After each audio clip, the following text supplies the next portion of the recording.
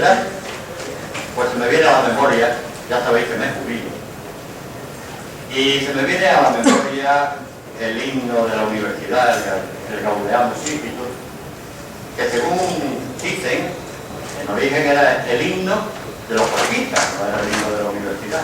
Ya sabéis que empieza diciendo Gaudeamus Igitur juvenes dum sumus, post jucundam juventutem, post molestam senectutem, nos habebit humus.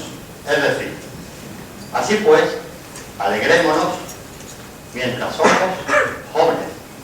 ¿Por qué? Después de la alegre juventud y de la molesta senectud o vejez, nos espera la tierra. Bueno, pues yo todavía pienso beberme muchas botellas de tinto. O sea que las cosas claras, ¿no? Bueno, pues a lo que íbamos.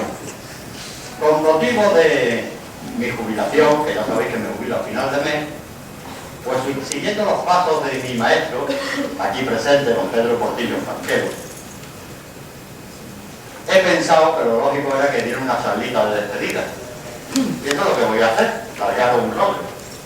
Y como tenía que contar algo, empecé a maquinar qué es lo que iba a hacer. Y entonces se me ocurrió que os podía hablar de los circuitos de radiorecepción. Después ya veréis por qué. Entonces, en principio, pues maquiné y he llamado esto breve historia de los circuitos de radiorecepción. Entonces, he dividido esta breve historia en los apartados que veis ahí. Una información previa, unas primeras conclusiones, un símil filosófico, porque a mí me gustan esas cosas, y luego, por supuesto, pues ya el cierre, la despedida, etcétera, etcétera. Como hay que empezar por el principio, pues vamos a hablar de esa información previa. Vamos a empezar hablando de la radio primitiva. Y antes de hablar exactamente de la radio, bueno, veréis que en ese primer apartado ponéis unos cuantos nombres, y el primero que pone es el de Nikola Tesla. ¿Por qué? Porque gracias a Dios, según yo, puedo estar equivocado, se está reconociendo por fin que es el auténtico inventor de la radio, además de otros muchos reconocimientos que se le está haciendo. Por supuesto, tenemos otra serie de personajes, como por ejemplo Maxwell y Faraday, el uno del otro, que además fue el que preconizó que existían las ondas electromagnéticas, las ondas de radio. Después tenemos a Hertz, que fue el primero que consiguió demostrar su existencia. Lo hizo de una forma muy simple. Cogió y con un cajete de rumbo puesto en una ventana y una bobina puesta en la ventana de enfrente a 20 metros, consiguió que entre los extremos de la bobina receptora saltaran chispas cuando el cajete de rumbo funcionara. Es decir, que demostró que existían las ondas electromagnéticas. Pero claro, esto todavía era una cosa a nivel teórico muy interesante, pero a nivel práctico totalmente inútil. Y llega un señor que fue Eduardo Branly, que creó un chisme que llamó el cohesor. El cohesor era una ampolla de vidrio, dentro de la que había dos láminas metálicas y polvo de aluminio.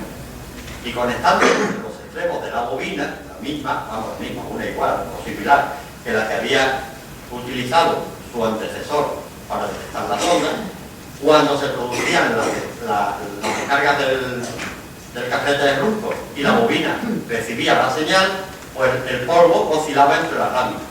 Evidentemente era un sistema de detección muy pobre, pero ya funcionaba de alguna forma. Después aparecen unas mejoras. La primera que nos encontramos es que un ruso, el señor Popov, inventó la antena. Y entonces, poniéndole una antena a la bobina en la punta, pues se mejoraba mucho la recepción de la señal. Y después también la conexión a tierra. Por supuesto, esto todavía seguía siendo una cosa pobre. Se descubre ya anteriormente una cosa que todos conoceréis, que es el alfabeto Morse, y se empleaba la telegrafía, es decir, se notaban señales de muerte, esas que hacen pi, pi, pi, pi, pi, pi, pi. No sé si la habréis oído los más antiguos, estoy seguro que sí, los jóvenes posiblemente no. Pero cuando tú has conectado a la radio, en la onda corta te salían los radioaficionados con el morse pitando por todas partes. Bueno, pues ese era el sistema de transmisión de señales que había a distancia. Habréis visto las películas del oeste, los postes con los cables, que además los malos iban y los cortaban para que no podían mandarse el mensaje. Pues esa era la telegrafía Morse. Pues con la radio se consigue enviar a cierta distancia esas mismas señales. Es decir, las primeras señales de radio eran mediante alfabeto Morse, que entonces se llamó telegrafía sin hilo, TSH. Claro, en un momento determinado pues se le quiere un traductor, como se llama por los chismes eso, que es por una parte el micrófono y por otra el altavoz, que es el mismo aparato. El primero es ese que habréis visto en la película, donde se ve a Edison que consigue grabar por primera vez aquello de la ovejita y tal, que era un cono de cartón. Recibía las vibraciones, vibraba, pues a ese cono le añaden una bobinita o un imán y se consigue transformar las ondas de sonido en ondas eléctricas, en señales eléctricas. Y si se hace al revés, se meten señales eléctricas, sale sonido. Pues esto es el micrófono y el altavoz. Y entonces se consigue meter esas ondas de sonido que se han transformado en electricidad sobre ondas electromagnéticas, como se decía entonces, montadas a caballo. Y eso era la modulación de la señal eléctrica que se mandaba. Por eso se hablaba de amplitud modulada, porque lo que se modulaba era la amplitud de la señal. Ya teníamos señales, digamos, suficientemente interesantes como para que la radio fuera un medio de comunicación. Entonces aparecen los primeros receptores de radio, los más antiguos. Ahí tenéis uno, que es aquel que se ve ahí. Esto es una radio del tipo que se llamó radio galena. La parte de arriba es la antena, esta es la bobina de sintonía y esta es la toma de tierra, con otra bobina en este lado que hacía de transformador con núcleo de aire. Y este condensador variable que tenemos aquí se sintonizaba la emisora que queríamos. El condensador variable era un conjunto de láminas muy finas de aluminio que entraban una dentro de otra. Una parte fija y la otra bobina.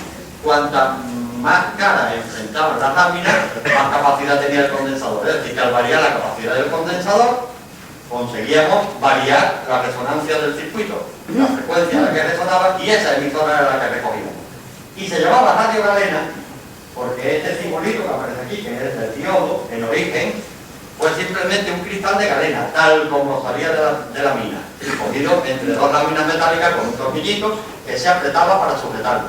Y se ponía con un tornillito porque resulta que la galena no funcionaba igual en todas las direcciones, como es lógico, y había que buscar el punto óptimo de funcionamiento.